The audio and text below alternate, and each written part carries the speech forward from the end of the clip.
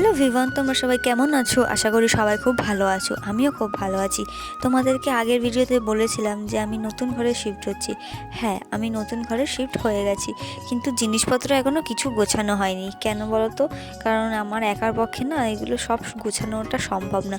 তোমাদের দাদাভাইও ডিউটিতে বেরিয়ে গেছে, আর কুটুসবাবুও ঘুমিয়ে পড়েছে। তাই আমি চেষ্টা করছি যতটা পারি নিজের মতন করে গুছিয়ে নিচ্ছি। এই রুমটা কিন্তু আমরা ভাড়াতে নিয়েছি। তোমাদের দাদাভাইয়ের কাজের ক্ষেত্রে আমাদের এই রুমটা ভাড়া নিতে হয়েছে।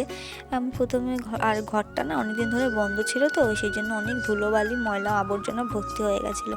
তা আমি প্রথমে ঘরে এসে আগে ঘরটা ভালো করে ঝাড়পোছ দিয়ে নিলাম।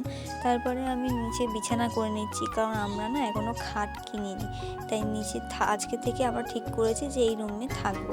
তাই আমি নিচে একটা ভালো করে ছোট্ট করে বিছানা করে নিচ্ছি। তারপর আমাদের সুটকেস থেকে যা যা জিনিসপত্র ছিল সব জিনিসগুলো বের করলাম। বের করে সব ভাগে ভাগে সব জিনিসপত্রগুলো গুছালাম। এদিকে তোমার দাদা ভাইয়ের ব্যাগের মধ্যেও অনেক জিনিস ছিল, জামা প্যান্ট জিনিসপত্র ছিল, সেইগুলোকেও সব ঠিকঠাক করে বের করে গুছিয়ে নিলাম। রান্নার জিনিসপত্রও না আনা হয়ে গেছে, সেইগুলোও আমি গুছিয়ে নেব। দেখো, এখানে আমি সব গোছানো হয়ে যাওয়ার পর আমি রান্নার জিনিসপত্রগুলো দেখাচ্ছি। এখানে দেখো, এই ছোট্ট মিনি সিলিন্ডারটায় আমরা রান্না করবো বলে ঠিক করেছি। এখানে হাঁড়ি কড়াই সব কিছু বাসনপত্র রেডি হয়ে গেছে। আমরা রান্না বান্না করবো আজ থেকেই। তো এই ভিডিওটা আজকে এখানে এই অবধি থাক।